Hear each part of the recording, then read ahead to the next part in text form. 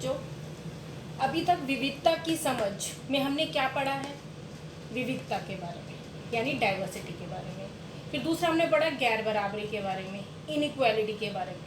लेकिन हमने यह भी जाना कि जो गैर बराबरी होती है वो विविधता का रूप नहीं है।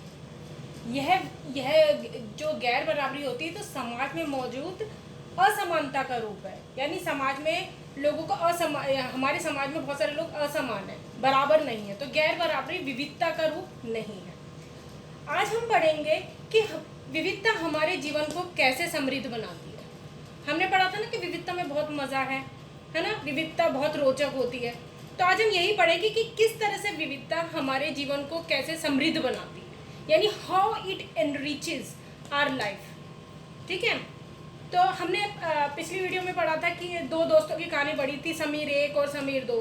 किस तरह से दोनों दोस्त बने थे। समीर 1 जो था वो रोज साइकिल पर आता था और समीर 2 रोज उसके पीछे पीछे भाग भाग के अखबार बेचता था, है ना। समीर 1 जो था वो हिंदू था और समीर 2 मुस्लिम था। समीर 1 की इंग्लिश बहुत अच्छी थी, हिंदी भी जानता था लेकिन उसकी इंग्लिश बहुत अच्छी थी। और समीर 2 हिंदू था, हिंदी जानता था। लेकिन दोनों अलग अलग होते हुए भी दोनों के बीच में क्या हुई? दोस्ती हुई। यानी वो क्या बने थे? दोस्त बने थे, फ्रेंड्स बने थे। ठीक है, इसी प्रकार हमारे भी बहुत सारे फ्रेंड्स होते हैं। ठीक है, हम उनके साथ क्या करते हैं?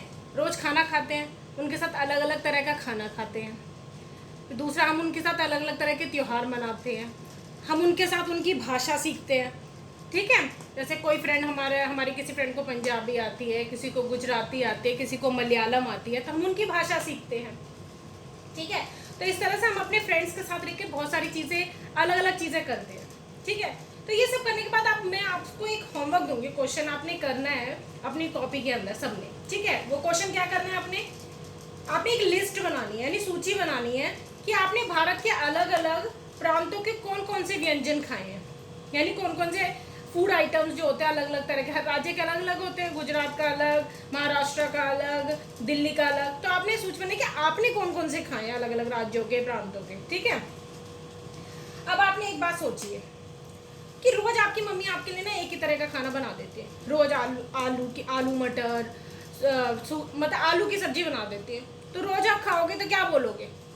मम्मी से क्या बोलोगे? मैं तो बोर हो गया, है ना, यही बोलोगे ना, है ना। कुछ अलग बना दो मम्मी, मैं तो बोर हो गया। ठीक है, तो एक तरह का खाना खा के आप लोग बोर हो जाते हैं।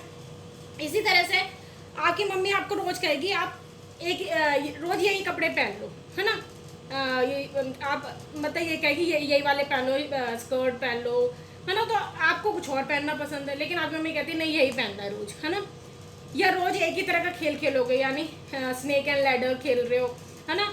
रोज आप वही घर में बैठे हो, वही गेम खेल रहे हो, है ना। तो या आप एक ही तरह की कहानियों की किताब पढ़ोगे तो कैसा लगेगा? बोर हो गए, है ना। अच्छा लगेगा? नहीं अच्छा लगेगा आप सबको, है ना, कि नहीं लगेगा? अच्छा लगेगा या नहीं लगेगा? नहीं ना, है ना। तो इसी तरह जो हम कह रहे हैं, जब हम कोई सब चीज़ें अलग अलग करते हैं, अलग अलग खाना खाते हैं, अलग अलग कहानियों की किताबें पढ़ते हैं, तो मज़ा तो ज़िंदगी का तभी आता है ना जब हम सब कुछ अलग अलग कोशिश करते हैं करने की। ठीक है, इसी तरह से हम जो विविधता भी है ये भी बहुत ज़रूरी है।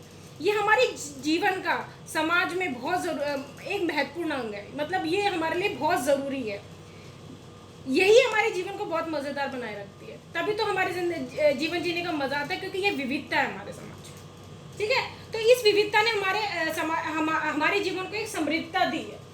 ठीक है, अगले वीडियो में हम पढ़ेंगे कि हमारे भारत में विविधता, हमारा भारत देश जो है इसमें भी बहुत सारी विविधताएं हैं। अलग अलग धर्मों के लोग हैं, अलग अलग त्योहार मनाते हैं, अलग अलग भाषाएं बोलते हैं। तो हम अगली लेक्चर में हम उसके बारे में पढ़ेंगे।